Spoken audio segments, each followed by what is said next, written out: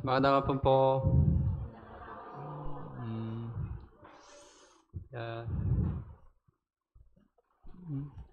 It looks your classmate, wala? you have to kasama your classmate always.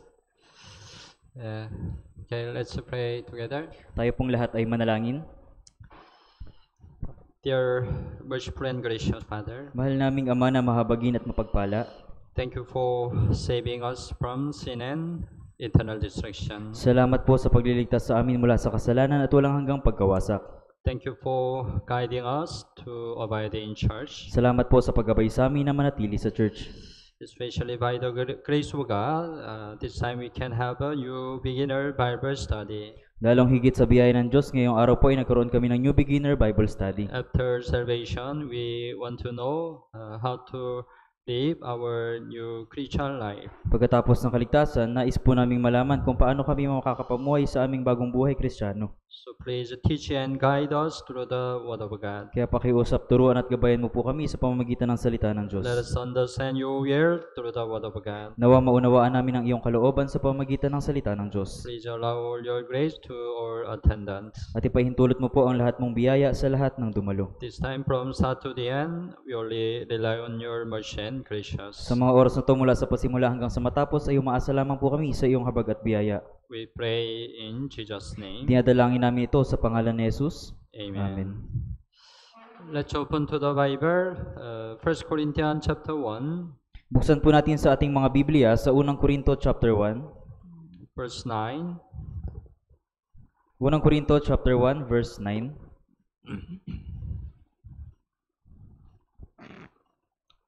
Okay, 1 Corinthians chapter 1 verse 9. Yeah. So every time whenever we have a new beginner Bible study, as we did, we will sing the song for the Bible. We will sing the song. Sa tuwing magkakaroon po tayo ng Bible study, aawitin po natin palagi yung awitin ng Biblia. So please sing diligently every time. Kaya masipag po nating awitin ito. Then automatically you will memorize the Bible, At automatic po na mamememorize nyo yung Biblia, the book of the Bible. yung mga aklat ng Biblia. Okay, then you can find the Bible easily. At madali nyo pong mahanap yung Biblia. Okay, 1 Corinthians chapter 1:9, basahin po natin ng sabay-sabay. Ang Diyos ay tapat na sa pamamagitan niya ay tinawag kayo tungo sa pakikisama ng kanyang anak, si Jesucristo na ating Panginoon. Okay, today fourth session. Today topic is about the fellowship. Ngayong araw po ay ikaapat na session at ngayong araw ay ang topic natin ay fellowship.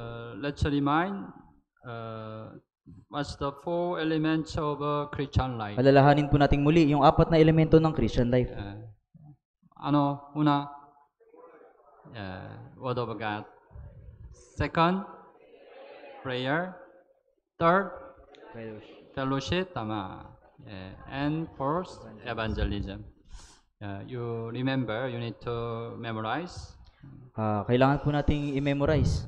So today, let's think fellowship. Ngayong araw po, pag-isipan natin ang tungkol sa fellowship. Fellowship, we can say that fellowship is another word, church life. At masasabi natin na yung fellowship sa ibang salita ay buhay sa church.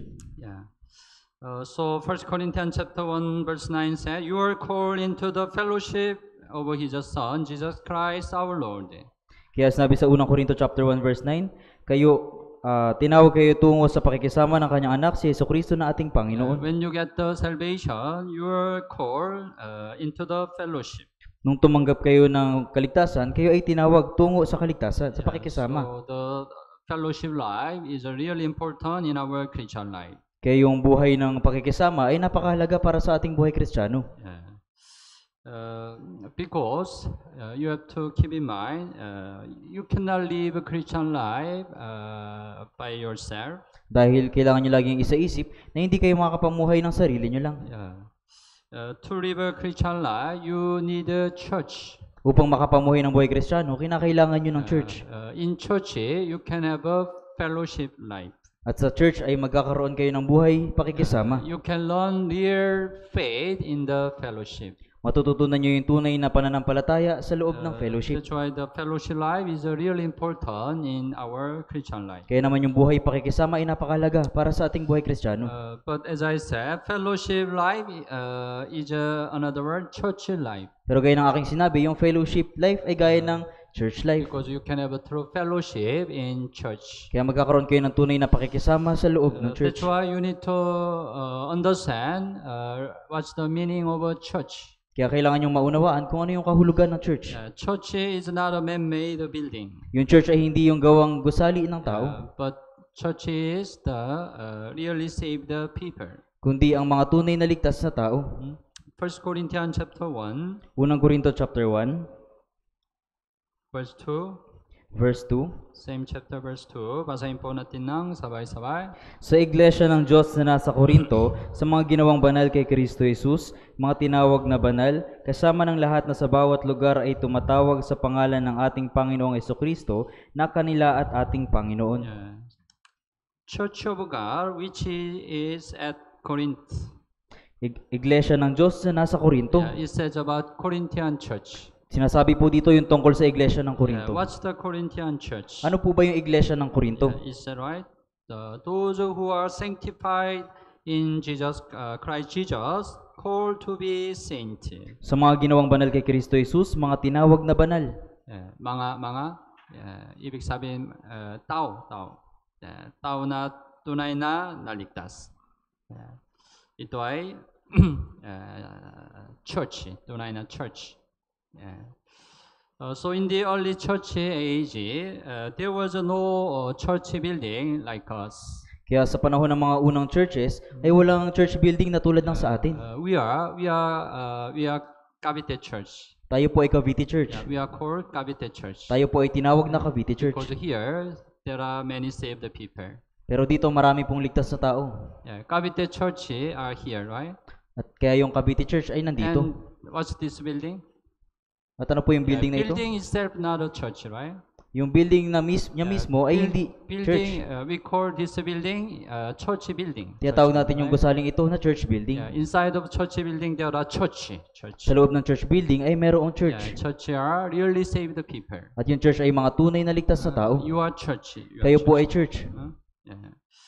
1 Corinthians chapter 16. Unang Korinto chapter 16. The last chapter, 16 verse 19. Chapter 16 verse 19. Chapter 16 verse 19. Okay, basahin po natin ng sabay-sabay. Binabati kayo ng mga iglesia sa Asia, kayo buong pusong binabati sa Panginoon ni Aquila at Prisca, kasama ng iglesyang nasa kanilang bahay. Aquila and Priscilla, they are really saved Christian. Si Aquila at Prisca, sila ay mga tunay na ligtas na Kristiyano. They are church, right? Sila po ay iglesia. So the church, that is in their house. Iglesyang nasa kanilang bahay. In their house, there are church. Sa kanilang bahay, meron pong church. Aquila and Priscilla. Si Aquila at si Prisca. Right? So, at first, you need to have a right concept of a church. Kaya una, dapat na magkaroon kayo ng tamang pananaw patungkol sa church. That's why it's important. You need to abide in true church after salvation. Kaya mahalaga na manatili kayo sa tunay na church pagtapos ng kaligtasan.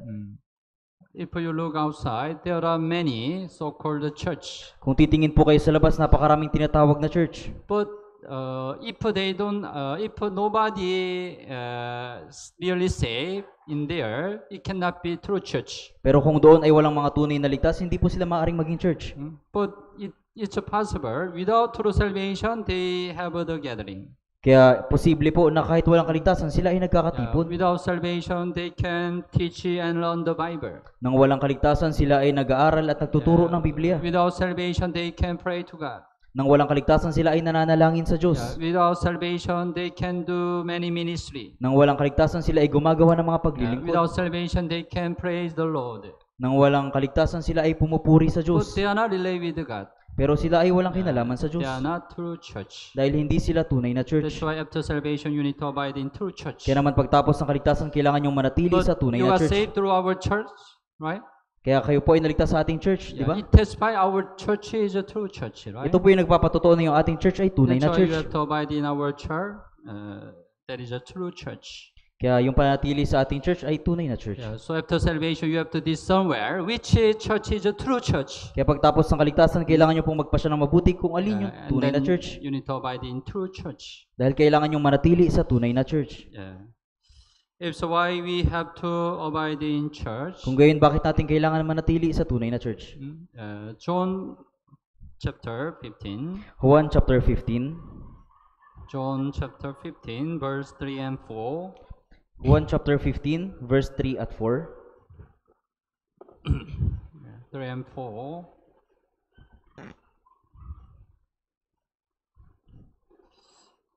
Okay. Basahin po natin ng sabay-sabay. Kayo'y malilinis na sa pamamagitan ng salita na aking sinabi sa inyo. Kayo'y manatili sa akin at ako'y sa inyo, gaya ng sanga na hindi magbubunga buhat sa kanyang sarili, malibang nakakabit sa puno. Gayon din naman kayo, malibang kayo'y manatili sa akin. Verse 3, you are already clean, right? So verse 3, kayo'y malilinis na. When you are saved, you are already clean. Nung kayo'y maligtas, kayo ay malinis na. Because your dirty sins are cleansed by blood of Jesus. Dahil yung inyong maruruming kasalanan ay nilinis ng dugo ni Jesus. After salvation, what do you need? Pagkatapos ng kaligtasan, ano yung kailangan nyo? Verse 4, abide in me. Kayo'y manatili sa akin. You need to abide in the Lord, right? Kailangan nyo manatili sa Panginoon. But how can you abide in the Lord? Pero paano kayo makapanatili sa Panginoon? You can abide in the Lord when you abide in church. Makapanatili kayo sa Panginoon kapag nanatili kayo sa church. Because church is the body of Christ. Dahil ang church ay katawan ni Kristo. Ephesians chapter 1. Efeso chapter 1. Ephesians chapter 1, 22 and 23. Efeso chapter 1, verse 22 at 23. 22 and 23. Okay, basahin po natin ng sabay-sabay. At kanyang inilagay ang lahat ng mga bagay sa ilalim ng kanyang mga paa at ginawa siyang ulo ng lahat ng mga bagay sa iglesia, na siyang katawan niya, ang kapuspusan niya na pumupuspos ng lahat sa lahat.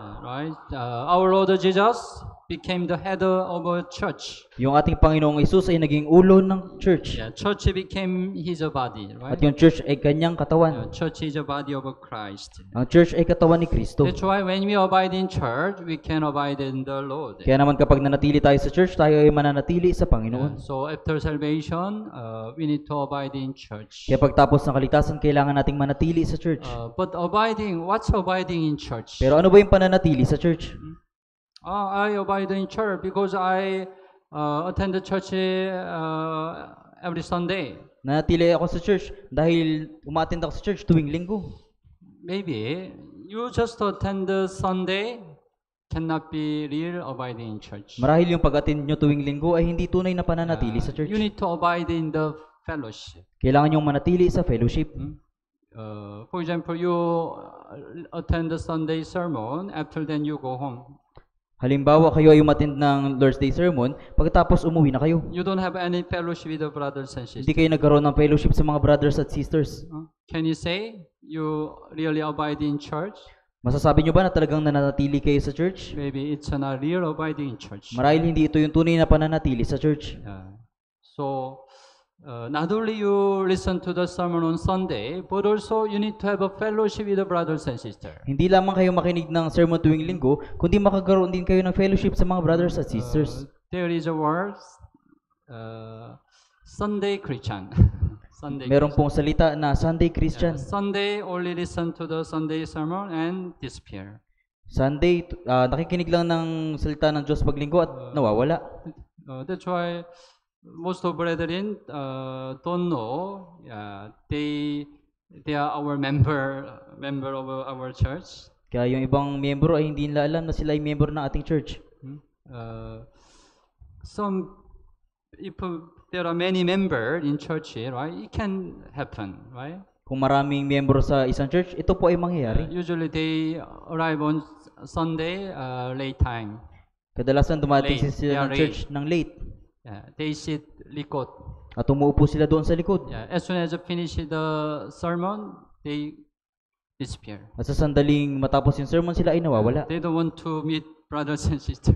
Ayaw nilang tagpuin yung mga brothers at sisters. Can you say they are really abiding church? Masasabi nyo ba na talagang ito yung pananatili sa church? Maybe it's not really abiding in church, right? Marahil ito yung hindi pananatili sa church. Abiding in the church is abiding in the fellowship. Ang pananatili sa church ay ang pananatili sa fellowship. So when you really abide in the fellowship, you can really get the supply from the Lord. Kaya kung talagang mananatili kayo sa fellowship, talagang tatanggap kayo ng panustos mula sa Diyos. It's really important. Ito po ay napakahalaga. So the Christian who really abide in the fellowship and the Christian who don't abide in the fellowship, they are completely different. Kaya yung mga Kristiyanong nanatili sa fellowship at yung mga Kristiyanong hindi nanatili sa fellowship ay ganap na magkaiba. After when they get the salvation, they look same. Una pagtapos ng tumanggap ng kaligtasan, mukhang magkaparehas. But after 1 year, after 2 years, they will be completely different. Pero pagtapos ng 1, 2 taon, sila ay ganap na magkaiba. The Christian who abide in the fellowship, the Christian who don't abide in the fellowship. Yung Kristiyanong nanatili sa fellowship at yung Kristiyanong hindi nananatili sa fellowship. After 1 year, after 2 years, they are completely different. Pagkatapos ng 1 at 2 taon, sila ay ganap na magkaiba. I'm not sure, have you ever been in our retreat center? Hindi ko po alam retreat center? kung nakapunta na kayo sa ating retreat center. Maybe some newly saved, hindi pa. Marahil yung mga bagong ligtas ay hindi pa nakapunta doon. But if you go to retreat center, you can find this tree. Pero kung kayo nakapunta na doon, marahil nakita niyo yung punong ito. Ano ang puno? Ano ang puno? Kalachuchi, you know? Kalachuchi? If you go to retreat center, you can see two kind of kalachuchi. Kung pupunta kayo ng retreat center, makikita niyo yung dalawang uri ng kalachuchi. On the hill, when you enter the retreat center, there are very small kalachuchi on the hill. Pagpasok niyo ng retreat center, merong maliit na kalachuchi. But in front of the kitchen, you can see very big kalachuchi. Pero pagpunta niyo sa harap ng kitchen, merong napakalaking kalachuchi. Why they are different? Bakit sila magkaiba? Before, when I was in Kalawan Church, I bought this tree. Dati nung ako ay nasa Kalawan Church, nagdala ako ng punong ito. The Tanawan Church asked me to buy kalachuchi in Kalawan because there are many tree in Kalawan. Yung pastor sa Tanawan ay nag-request na bumili ako ng kalachuchi doon sa That's why Kalawan. I clearly know what's the situation of the tree. Kaya malinaw kong nalaman kung ano yung sitwasyon ng puno. When I bought the kalachuchi chair, the tree was like this tree. Nung ako po ay bumili ng kalachuchi, yung puno po ay tulad nito. But at that time, this kalachuchi tree same size. Pero nung pagkakataong yun, yung kalachuching ito ay katulad magkaparehas because I bought the same size. Bumili ako ng magkaparehas. But several years later, I could see it happen. Pero paglipas ng maraming taon, nakita ko yung ganito. This tree almost the same size. Yung punong ito ay parehas pa rin. But this tree, it grow so big. Pero itong punong ito ay lumago ng napakalaki. What make a difference? Ano po yung naging pagkakaiba? Because on the hill, it's difficult to get the enough water. Dahil dun po sa side hill ay mahirap na makakuha ng sapat na tubig. Very dry this side. At sobrang tuyo sa loob. Cannot get enough supply, right? Hindi makakuha ng sapat na That's why the panustos. kalachuchi cannot grow. Kaya naman yung kalachuchi ay hindi lumalago. naintindihan niyo po? It happened in our Christian life. Nangyayari po ito sa ating buhay Kristiyano. If you don't abide in the fellowship, you will be like this tree. Kung hindi kayo manatili sa fellowship, kayo magiging tulad ng punong ito. But if you really abide in the fellowship, you will be like this tree. Pero kung talaga manatili kayo sa church, magiging tulad kayo ng punong ito. After 1 year, after 3 years, you can change. You can see the changes. Paglipas ng 1, 3 taon, makikita nyo yung pagbabago. naintindihan niyo po? So it's very important you abide in the fellowship. Kaya napakahalaga yung pananatili sa fellowship. If so, what's the fellowship? What's the fellowship? Kung gayon, ano ba yung fellowship? Easily speaking, fellowship is making friends. Sa madaling salita, yung fellowship ay pakikipagkaibigan. 1 John chapter 1. Unang Juan chapter 1. 1 John chapter 1. Unang Juan chapter 1. Verse 3. Unang Juan chapter 1 verse 3. 1 John chapter 1 verse 3. Okay, basahin po natin ng sabay-sabay. Ipinahayag namin sa inyo yaong aming nakita at narinig upang kayo rin naman ay magkaroon ng pakikisama sa amin. At tunay na ang ating pakikisama ay sa Ama at sa kanyang anak na si Jesucristo. You also may have a fellowship with us.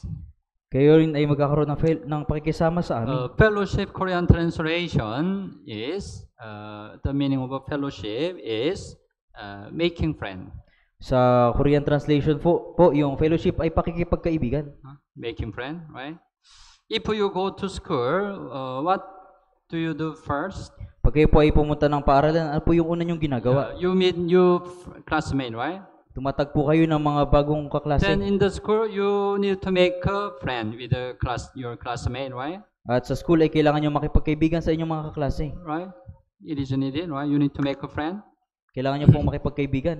Not only you study in the school, you need to make a friend in your school. Hindi lamang po kayo pumunta sa school, kundi dapat kayo makipagkaibigan doon sa school. In your family, you also need to make a friend with your other family member, right? Sa inyong pamilya din ay kailangan nyo makipagkaibigan sa ibang miyembro ng pamilya. Right? In your house, you need to talk with the other family member, right? Sa inyong bahay, kailangan nyo makipag-usap sa mga miyembro ng pamilya. But like a Sunday Christian, you go to your home, you don't talk anybody. Pero bilang Sunday Christian, pag pumunta kayo ng bahay, hindi kayo nakikipag-usap sa kanino man. It's just something wrong, right? Meron pong mali. Same in church. Parehas po sa church. If you are really saved, you need to make a friend with the other brothers and sisters. Kung talagang kayo ay tunay na ligtas, kailangan nyo makipagkaibigan sa mga brothers at sisters. That's the fellowship. Ito po yung fellowship. But there is an important thing in the fellowship. Pero meron pong mahalagang bagay sa fellowship. Truly our fellowship is with the Father and with His Son Jesus Christ. Tunay na ang ating pakikisama ay sa Ama at sa kanyang anak na si Jesucristo. You have a fellowship in your school. Meron kayong pakikisama sa inyong school. But in your school, you don't have a fellowship with the Lord, right? Pero sa inyong school, wala kayong pakikisama sa Diyos. It's a difference. Magkaiba po ito. In church, we have a fellowship not only with the brothers and sisters, but also with our Lord. Sa church, yung fellowship ay hindi lamang pakikisama sa brothers at sisters, kundi pati sa Panginoon.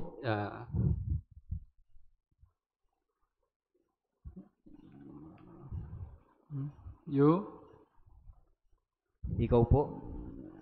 And God. Other brothers and sisters. You need to have a fellowship with the other brothers and sisters. Kailangan pong magkaroon ng pakikisama sa ibang brothers at sisters. Right?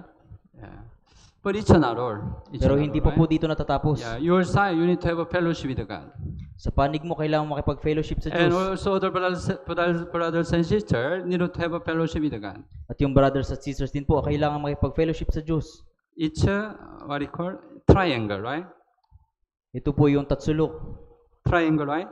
Our fellowship should be the triangle fellowship. Yung fellowship natin ay dapat na triangle fellowship. Some people say that, I have a fellowship with God. Yung iba sinasabi, meron akong pakikisama o That's fellowship why sa I Diyos. don't need to have a fellowship with other brothers and sisters. Kaya hindi ko na kailangan makipag-fellowship sa mga brothers at sisters. Tama o hindi? Tama o hindi? Hindi. Hindi. Not only you have a fellowship with God, but also you need to have a fellowship with other brothers and Hindi sisters. lamang po kayo magkaroon ng fellowship sa Diyos, kundi magkaroon din ng fellowship sa brothers at sisters. And some people say, I have a fellowship with the brothers and sisters. At yung iba sinasabi, meron naman akong fellowship sa brothers at sisters. But I don't need to have a fellowship with God. Kaya hindi ko na kailangan ng fellowship sa Diyos. Tama o hindi? Hindi. Hindi. Right? You need to have a fellowship all together. Kailangan nyo pong magkaroon ng fellowship ng sama-sama. Triangle. You need to have a fellowship, triangle. Kailangan nyo pong magkaroon ng triangle fellowship. Yeah, because when we have a fellowship, this fellowship, our Lord is amidst of us. Dahil sa tuwing nagkakaroon tayo ng ganitong fellowship, yung Panginoon ay nasa gitna natin. But in this world, right, you have a fellowship with your classmate. Pero sa sanlibutan ito, meron kayong fellowship sa inyong mga kaklase. But in there, wala our Lord, right? Pero doon ay walang Panginoon. But the important thing in our fellowship, our Lord is amidst of us. Pero ang mahalaga sa ating fellowship, ang Panginoon ay nasa gitna natin. That's the most important thing. Yan po yung napakahalagang bagay. Matthew chapter 18. Mateo chapter 18. Matthew chapter 18, verse 20. Mateo chapter 18, verse 20.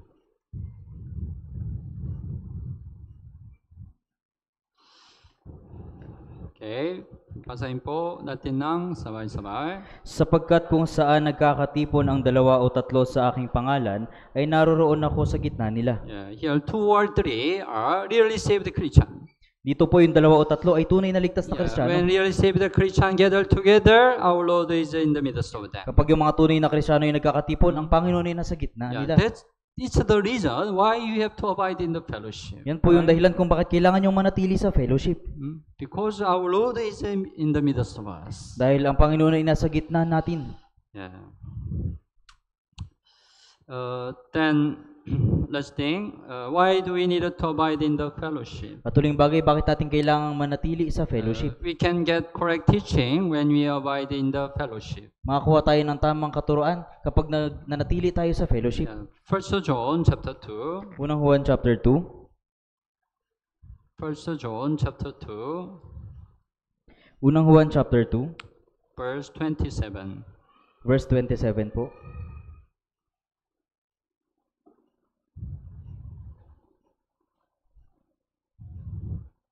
Chapter 2, 27 also. Basahin po natin ng sabay-sabay.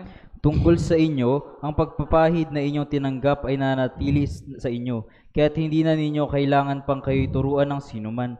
Ngunit kayo'y tinuturuan ng kanyang pagpapahid tungkol sa lahat ng mga bagay, at ito'y totoo at hindi kasinungalingan. Kung paanong kayo'y tinuruan nito, ay gayon kayo manatili sa kanya. Here, the anointing which you have received from Him, it means the Holy Spirit.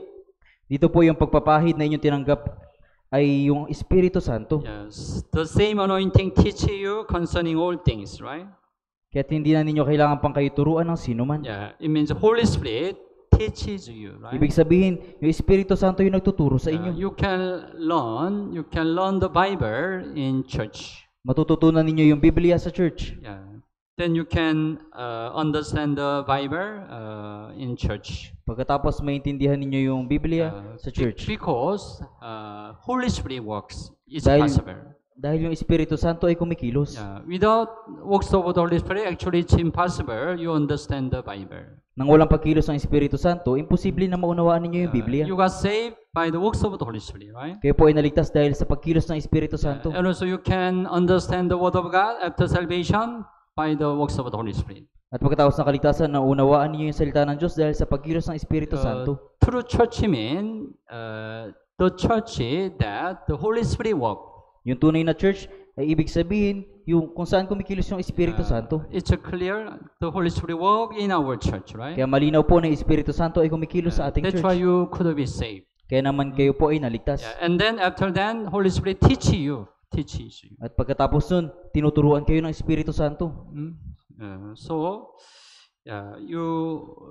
When you abide in the fellowship, truly, Holy Spirit can teach you. Kaya kung tunay kayong mananatili sa fellowship, tuturuan kayo ng Espiritu Santo. Some people say that I don't need to come to church.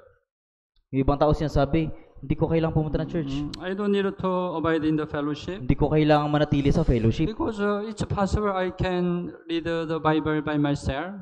Dahil posible naman na mabasa ko yung Biblia sa sarili ko. I can study the Bible by myself. Matututunan ko yung Biblia sa sarili ko. I can pray to God by myself. Makapanalangin ako sa Diyos sa sarili ko. Hindi kailangan church. Kaya hindi ko kailangan ng church. Tama o hindi? 답은 hindi. hindi. Right? You have to know. You can correctly learn the word of God in church where the Holy Spirit works. Kailangan mong malaman na matututunan mo yung salita ng Diyos kung saan kumikilos yung Espiritu Santo. Yeah, so you have to abide in the fellowship. Kaya kailangan mong manatili sa fellowship. And also we can overcome the temptation of a world when we abide in the fellowship. At mapapagtagumpayan natin yung tukso ng sanlibutan kung mananatili tayo sa fellowship. There are many temptations after salvation. Napakaraming tukso pagkatapos ng kaligtasan. How can you overcome the temptation? Paano natin mapapagtagumpayan yung mga tukso? When we abide in the fellowship, we can overcome it.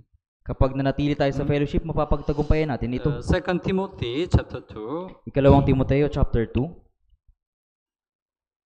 2 Timothy chapter 2 verse 22.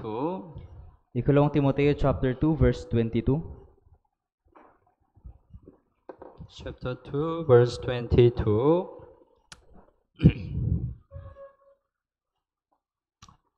Okay, basahin po natin ng sabay-sabay. Ngunit layuan mo ang masamang pagnanasa ng kabataan at sundin mo ang katuwiran, pananampalataya, pag-ibig at kapayapaan kasama ng mga tumatawag sa Panginoon mula sa malinis na puso. Maybe at first, right, you need to flee youthful lust. Una, kailangan mong layuan ang masamang pagnanasa ng kabataan. But it's not enough, right? Ito po ay hindi madali. Pursue righteousness, faith, love, peace, with those who call on the Lord out of a pure heart. At sundin mo ang katuwiran, pananampalataya, pag-ibig at kapayapaan kasama ng mga tumatawag sa Panginoon mula sa malinis na puso. Who are those who call on the Lord out of a pure heart? Sino po yung mga tumatawag sa Panginoon mula sa malinis na puso? They are really saved Christian. Sila po yung mga tunay na ligtas na Kristiyano. To where we can find them? At saan natin sila makikita? We can find them in church. Makikita natin sila sa church. It's possible in the fellowship. We can find them in the fellowship. At posibleng makikita natin sila sa fellowship. So you need to have more time with the brothers and sisters in church. Kaya dapat na magkaroon tayo ng higit na oras sa mga brothers at sisters sa church. Then you can overcome temptation of this world. Pagkatapos mapapagtagumpayan mo yung mga tukso ng sanlibutan. You know, Satan is strong, right? Alam ba, si Satanas ay napakalakas. Satan will hinder your Christian life. Hahadlangan ni Satanas yung buhay Kristiyano mo. Maybe some newly saved, they are still very weak, right?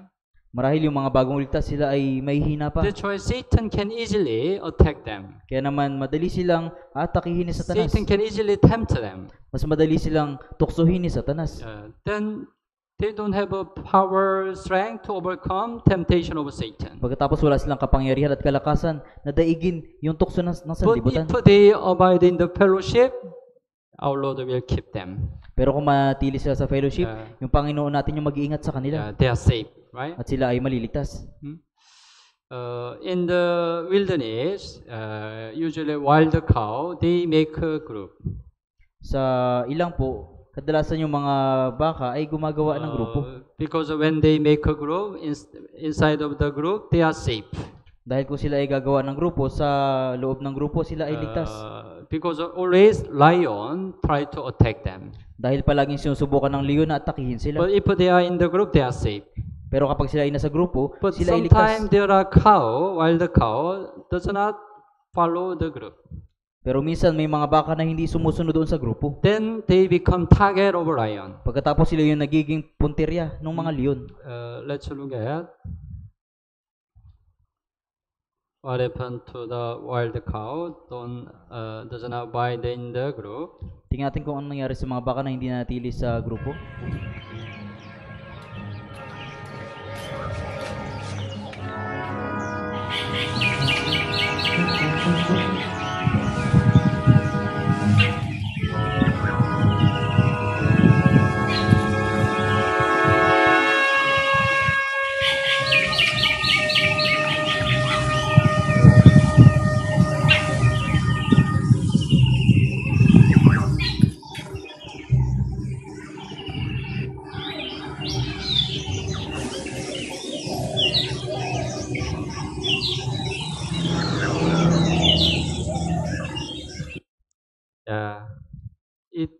significantly happen in the wilderness, right? Diba? Ito po ay biglaang nangyayari sa ilang. Don't forget, you are like the wild cow. Tandaan niyo po na kayo ay gaya ng mga toro. You are very weak. Kayo ay may hina. But if you are in the fellowship, you are safe. Pero kung kayo ay nasa fellowship, kayo ay Because ligtas. our Lord is in the midst of us. Dahil Right? ang Panginoon ay nasa gitna natin. Even though Satan is strong, Satan cannot overcome our Lord, right? Kahit na malakas si Satanas, hindi niya mapapagtagumpayan yung ating Panginoon. So you have to abide in the fellowship, then you can overcome all the temptation. Kaya kailangan mong manatili sa fellowship upang madaig mo ang lahat ng tukso. And we will not be ashamed when Jesus comes again, when we abide in the fellowship. At hindi tayo mahiya sa muling pagbabalik ni Jesus kapag nanatili tayo sa fellowship. 1 John chapter 2. Unang Juan chapter 2. 1 John chapter 2. Verse 28. Verse 28. Chapter 2, verse 28. So, basahin po natin ng sabay-sabay. At ngayon, mga munting anak, manatili kayo sa Kanya, upang kung mahayag siya ay magkaroon kayo ng pagtitiwala at hindi mapahiya sa harapan niya sa Kanyang pagdating. Abide in Him, abide in the Lord. Manatili kayo sa Kanya, manatili sa Panginoon. We learn, right? Abide in the Lord. It can be, it's possible when you abide in church. Di ba nalaman po natin na yung panatili sa Panginoon ay posible kung mananatili sa Abide fellowship. in the church is abide in the fellowship. Ang pananatili sa church ay pananatili sa fellowship. Then when He appear, we may have a confidence and not be ashamed before Him at His coming. Upang kumahayag siya ay magkaroon kayo ng pagtitiwala at hindi mapahiya sa harapan niya sa kanyang pagdating. If you don't abide in the fellowship, we learn you can be easily tempted in this world. Napag-aralan natin na kung hindi tayo manatili sa fellowship, madali tayong matutukso sa Maybe libutan. you can easily fall into the sin. Marahil madali tayong mahulog sa kasalanan. But let's suppose Jesus comes again while you are in the sin. Pero ipagpalagay natin na muling dumating si Jesus na kayo ay nasa kasalanan. Maybe you will be so ashamed, right? Marahil kayo ay mapapahiya.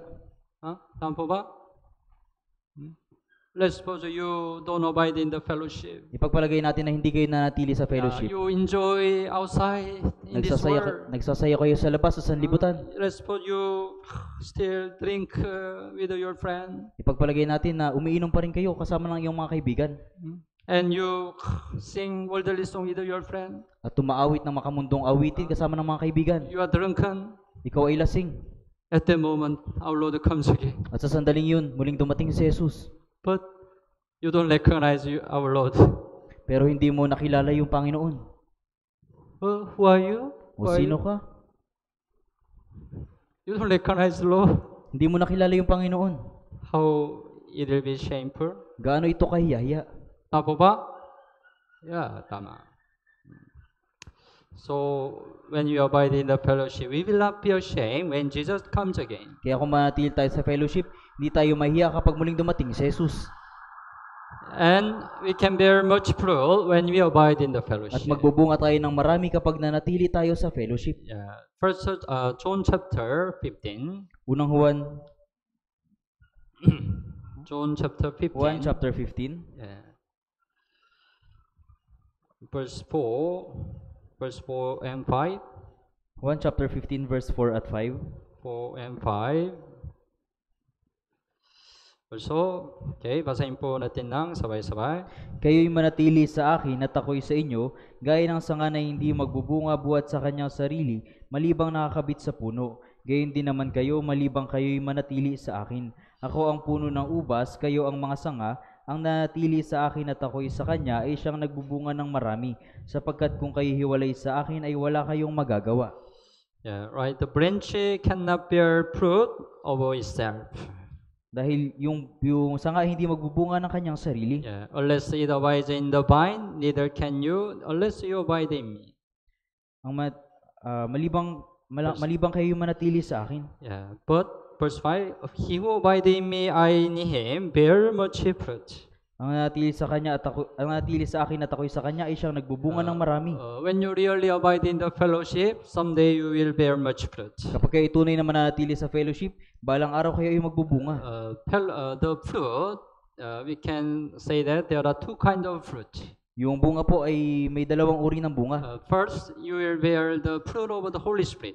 Una, magbubunga kayo ng bunga ng Espiritu. You will bear 9 kind of the fruit of the Holy Spirit. Magbubunga kayo ng 9 na uri ng bunga ng It's Espiritu. the changes in your life. Ito yung pagbabago sa inyong buhay. Your character will be changed like Jesus Christ. Yung pag-uugali nyo ay magbabago na gaya ng kay Jesucristo. It's the fruit of the Holy Spirit. Ito po yung bunga ng Espiritu. Second, the fruit is a fruit of evangelism. Yung ikalawa ay bunga ng evangelism. If you really abide in the fellowship, someday you will evangelize many people. Kung talagang manatili ka sa fellowship, balang araw makapag-evangelize ka ng maraming tao. That is a fruit of evangelism. Yun po yung bunga ng evangelism. But it's possible when you abide in the fellowship. Pero magiging posible lang yun kapag nanatili ka sa fellowship. So don't forget, your fellowship life can affect the evangelism over your family. Kaya huwag mo kalimutan na yung panatili mo sa fellowship ay maka-apekto sa evangelism mo If sa you don't abide pamilya. in the fellowship, you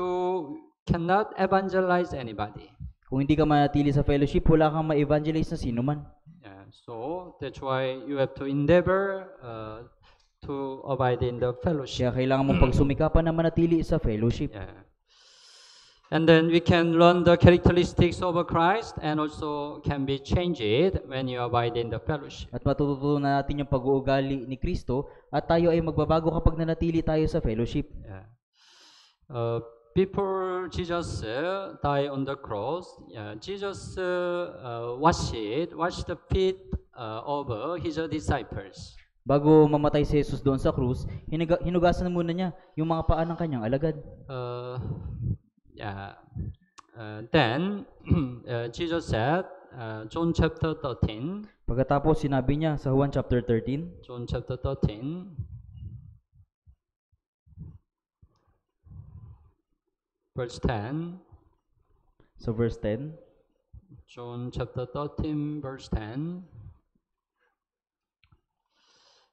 Okay, basahin po natin ng sabay-sabay. Sinabi sa kanya ni Jesus, ang napaliguan na ay hindi na kailangang hugasan, maliban ang kanyang mga paa, sapagkat malinis ng lubos, kayo malinis na, ngunit hindi ang lahat. Jesus said, right, he who is bathed needs only to wash his feet. Ang napaliguan na ay hindi na kailangang hanggang hugasan, maliban ang kanyang mga paa. What it mean? He who is bathed. Ano pong ibig sabihin nito? When we get the salvation, we are the one who is already bathed. Nung tayo po ay nagkaroon ng kaligtasan, tayo po yung napaliguan. Right? All our dirty sins are completely redeemed by blood of Jesus. Ang lahat nating kasalanan ay ganap na nahugasan ng dugo ni Jesus. We are the one who are bathed. Tayo po yung napaliguan. Right? But he said, needs only to wash his feet. Pero sinabi niya, kailangan hugasan maliban ng kanyang mga paa. But we need to wash our feet. Bakit kailangan tayong hugasan ng ating mga paa? Because after salvation, right? Even though we are saved, we have a still sinful nature. Dahil pagtapos ng kaligtasan, meron pa rin tayong likas na pagkakasala. That's why sometimes we commit a sin again. Kaya minsan nakakagawa tayo ng kasalanan. Right? Of course, it was already redeemed by blood of Jesus. Siyempre ito po ay nahugasan na ng dugo ni Jesus. But our side, we need to also wash the sin. Pero sa panig natin, kailangan nating hugasan ng kasalanan.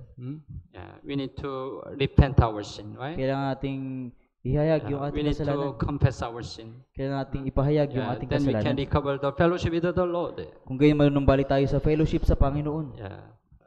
That is washing his feet. Ito po yung paghuhugas ng paa.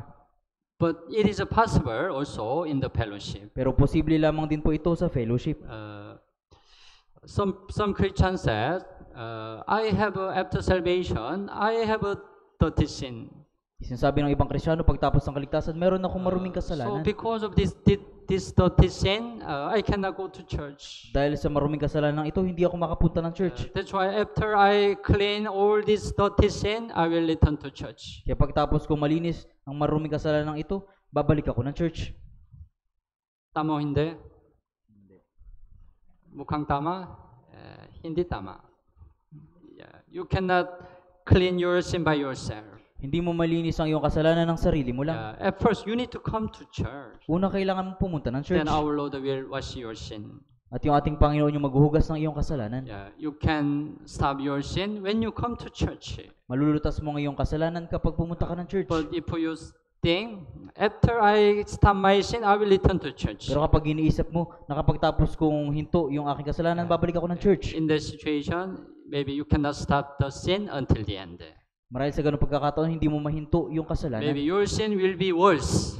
Marahil yung kasalanan mo ay lalala. So, come to the fellowship. Kaya pumunta ka sa fellowship. Then, God, our Lord will help you to overcome your sin. At tutulungan ka ng Panginoon na mapagtagumpayan ang kasalanan. So in the fellowship, you can wash your sin. Kaya sa fellowship, maaari mong hugasan ang kasalanan. You can really change your character also. Talagang mababago mo ang iyong pag-uugali.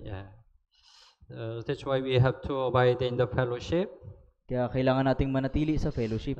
What attitude we need to have for the fellowship? Anong pag-uugali yung dapat na meron tayo sa fellowship? We should desire the fellowship. Kailangan nating naisin ang fellowship. Hebrews chapter 10. Hebreo chapter 10. Hebrews chapter 10, 24 and 25. Hebreo chapter 10 verse 24 at 25. 24 and 25, basahin po natin ng sabay-sabay. At ating isaalang-alang kung papaano gigisingin ang isa't isa sa pag-ibig at sa mabubuting gawa, na huwag nating pabayaan ang ating pagtitipon gaya ng ugali ng iba, kundi palakasin ang loob ng isa't isa, lalong-lalo na kapag inyong makikita na papalapit na ang araw. We need to endeavor to continue our gathering. Kailangan na huwag nating pabayaan ang ating pagtitipon. Maybe sometime you experience, you don't have a good feeling, right? Minsan naranasan nyo na wala kayong mabuting pakiramdam. Tama? You frequently have? Biglaan. Today, I don't have a good feeling. Biglaan po, di ba, na ngayong araw, hindi maganda yung pakiramdam That's ko. why I cannot go to church. Kaya hindi ako makakapunta ng church. I cannot go to the fellowship. Hindi ako makakapunta ng fellowship. But the problem, you happen this situation frequently, right? Pero mangyayari na, laging mangyayari yung ganitong sitwasyon. Whether you have a good feeling or not, you need to endeavor to come to the fellowship. Kaya kahit na mayroon kang hindi magandang pakiramdam, kailangan mong pagsumikapan na pumunta ng fellowship. Then our Lord will restore your heart. Pagkatapos panumbalikin ng Panginoon ang iyong puso. Our Lord will restore your feeling. Pagkatapos papanumbalikin ng Panginoon ang iyong pakiramdam. You have experience, right? Naranasan niyo po, di ba? Sometimes meron fellowship. Minsan merong fellowship. For example, meron cell group fellowship. Halimbawa, cell group fellowship. I don't have a good feeling. Hindi maganda yung pakiramdam ko. I'm so tired. Pagod ako. That's why you hesitate, right? Kaya nag-aalinlangan ka. Should I go or not? You hesitate. Pupunta ba ako o hindi? Nag-aalinlangan ka. But by overcoming your feeling, you attend the fellowship. Pero sa pagdaig sa pakiramdam mo, umattend ka ng fellowship. Then you experience, right? Our Lord restore your heart. Pagkatapos maranasan mo, napapanumbalikin ng Diyos ang iyong puso. When you go home after fellowship, you feel, it's really happy. Pagtapos ng fellowship, pag uwi mo ng bahay, ito ay napakasaya. Yeah, it's true. It's true. Ito po ay totoo. Satan say, you don't need to go to fellowship. Sabi ni Satanas, hindi mo na kailangan pumunta ng We fellowship. are living in busy life. Namumuhay tayo sa abalang buhay. You don't need to go to fellowship. Hindi mo kailangan pumunta ng fellowship. But we have to overcome temptation of Satan. Pero kailangan nating pagtagumpayan yung tukso ni Satanas. Whenever you attend the fellowship, God will give us some lesson. Sa tuwing umatin tayo ng fellowship, nagbibigay sa atin ng aral ng Diyos. And you experience, you can have a real happiness in the fellowship. At maranasan mo yung tunay na kasiyahan sa fellowship. You can have a real joy in the fellowship. Meron kang tunay na kagalakan sa fellowship. But this joy, this happiness, this world cannot give, right? Pero yung kasiyahan at kagalakang binibigay ng fellowship ay hindi maibibigay ng sanlibutan. Before salvation, you experience. You enjoy this world with your friend.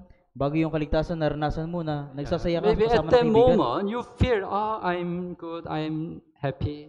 Sa sandaling yun, sinasabi mo na ikaw ay okay lang at masaya. But it's for a while, right? Pero Temporary. ito ay panandalian lang. After enjoy this world, when you return to your house, the feeling does not go so long, right?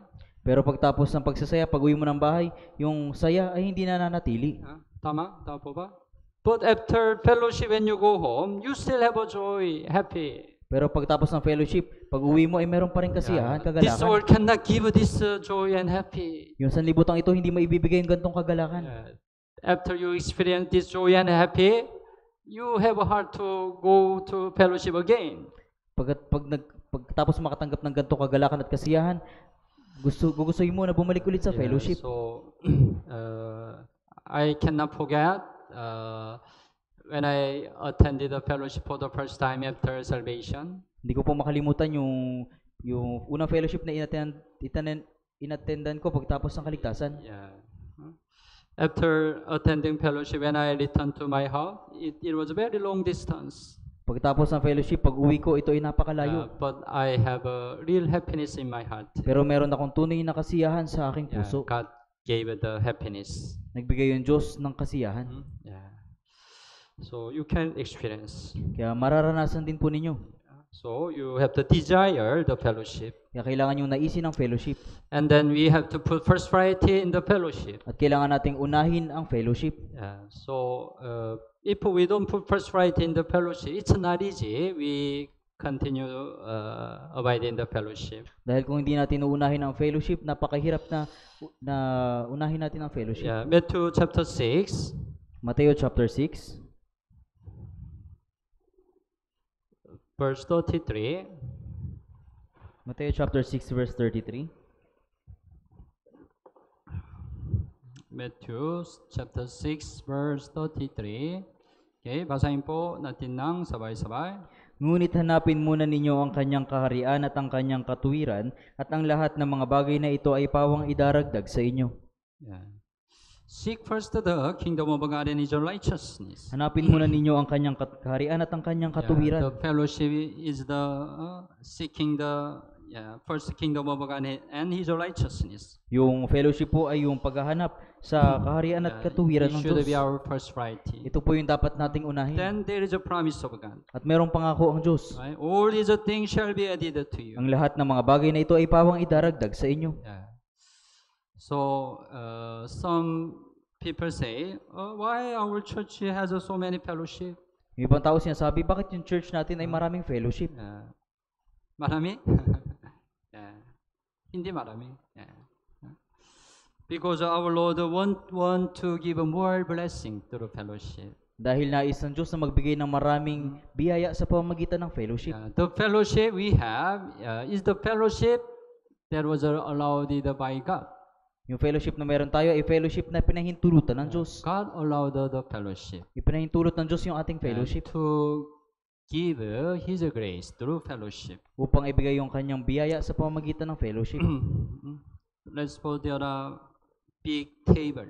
Pagpalagay natin na meron ditong malaking lamesa. There are maraming masarap pagkain.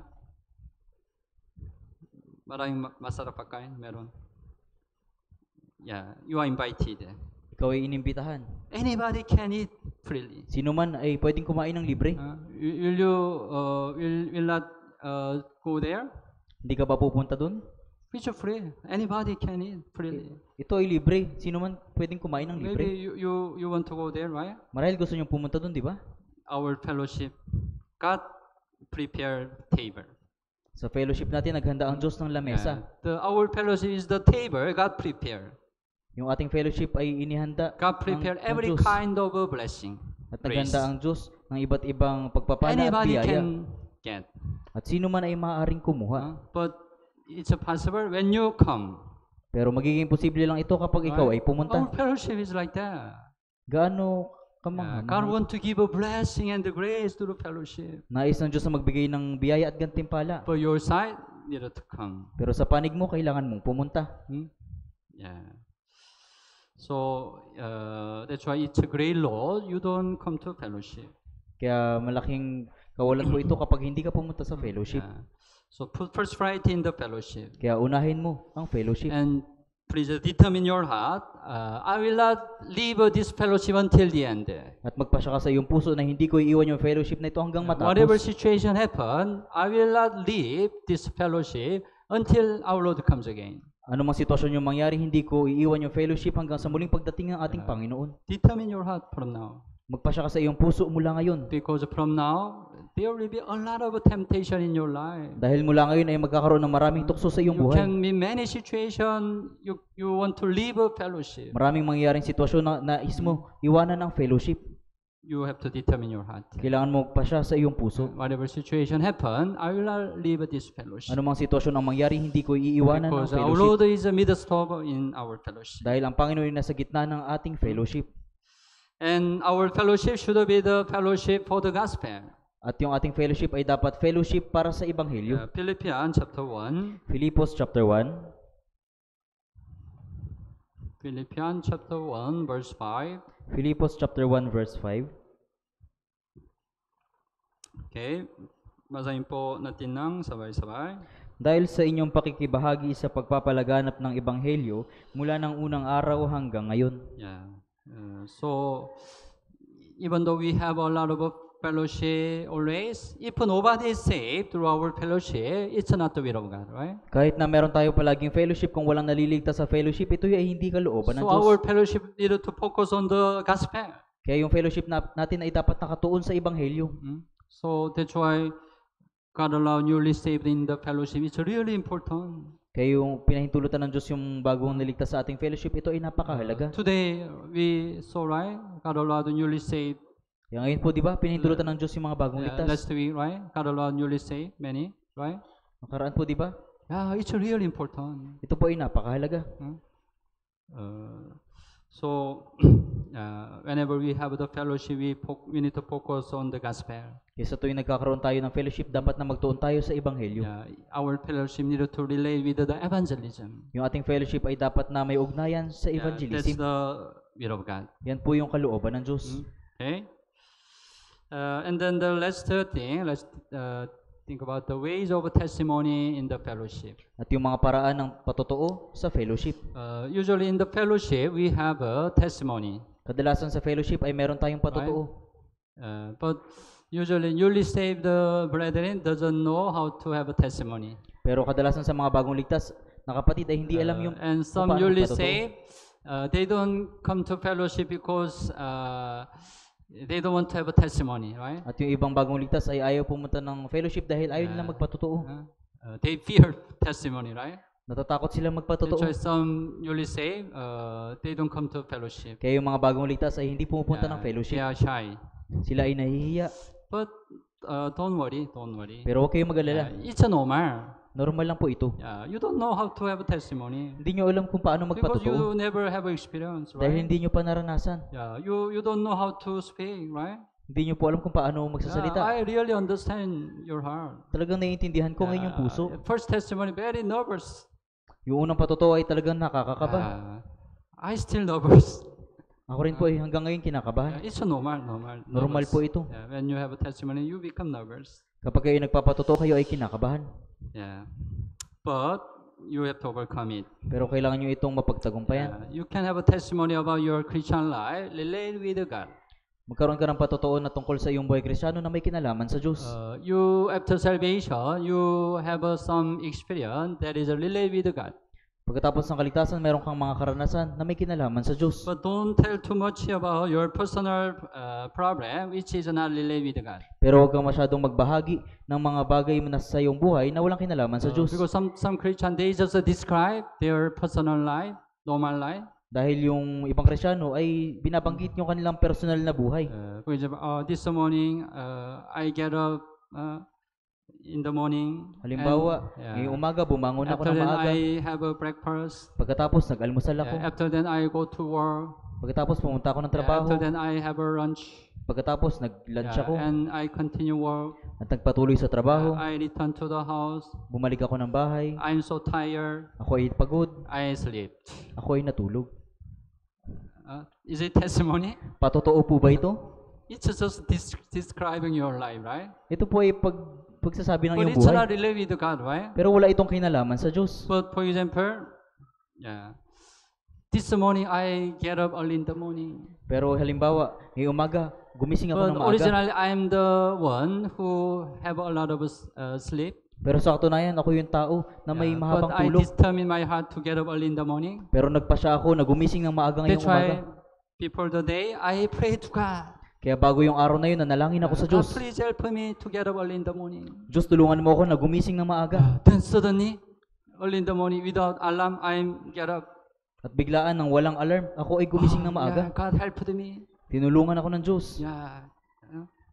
It's a good testimony, right? Ito po ay mabuting patotoo. It's a relay with God, right? Ito ay may kinalaman sa Even it's Diyos. small, it's a good testimony. Kahit na ito ay maliit, ito ay mabuting So in patotoo. testimony, you can share your life. That is a relay with God. Sa Right? pamamagitan ng patotoo, maaari mong ibahagi ang iyong buhay na may kinalaman sa And Diyos. try to have an edifying testimony. At magkaroon ng tiyak na patotoo.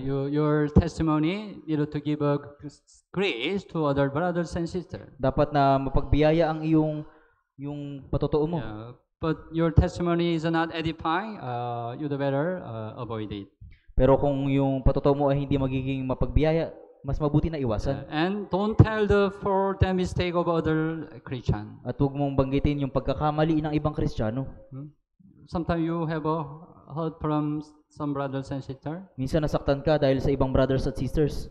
Then some Christian, they have a testimony in the fellowship. At yung ibang Kristiyano yung nagpapatotoo sa fellowship. Some brother or sister did like that to me. O yung ibang brothers at sisters, ginawa ito sa That's why akin. I'm hurt. Kaya nasaktan ako. It's not good, right? Hindi po ito mabuti. Don't tell other brothers and sisters mistake or sin. Huwag niyo pong banggitin yung pagkakamali o kasalanan ng ibang brothers at If you sisters. have a real problem in your heart, it's okay, come to me. Kung meron kang problema sa iyong puso, mas mabuti na better pumunta ka sa counsel with akin. me. Okay? Magpa-counseling ka sa akin. Yeah. And don't try to teach other Christian. At huwag mong turuan yung ibang Kristiyano. You are not a teacher, right? Hindi ka po guro.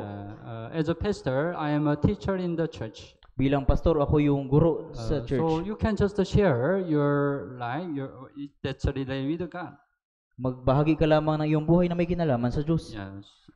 And it's better arrange your testimony not to be the boring testimony. At mas mabuti na ayusin mo ang iyong patotoo upang hindi maging boring na testimony. If you don't arrange your testimony sometime, you tell something Minsan, and suddenly you tell another thing. minsan kung di mo ayusin yung patotoo mo, You say something, another thing, something. That's why nobody understand your testimony. yung magsasabi ka ng iba't ibang patotoo kaya hindi na maiintindihan yung patotoo mo. They don't understand your testimony. Hindi na maiintindihan yung patotoo mo. That's why it's better if you don't say a good way. It's okay. You write down your testimony. So Kaya- just simply. Kaya kung hindi mo ma-arrange yung testimony mo, mas mabuti na isulat mo ito. Okay. Yeah. And it's important. Listen well other person testimony.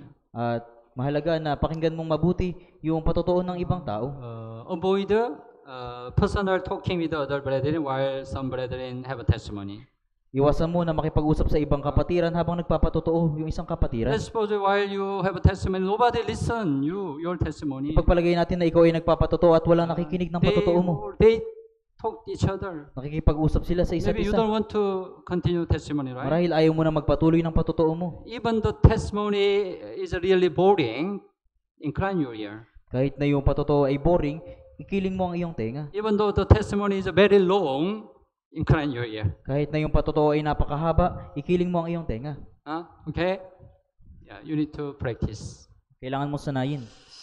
Yeah, and try to learn the lesson from testimony. At subukan mong makakuha ng aral sa kanilang patotoo. Whatever fellowship we have, God will give a lesson to you.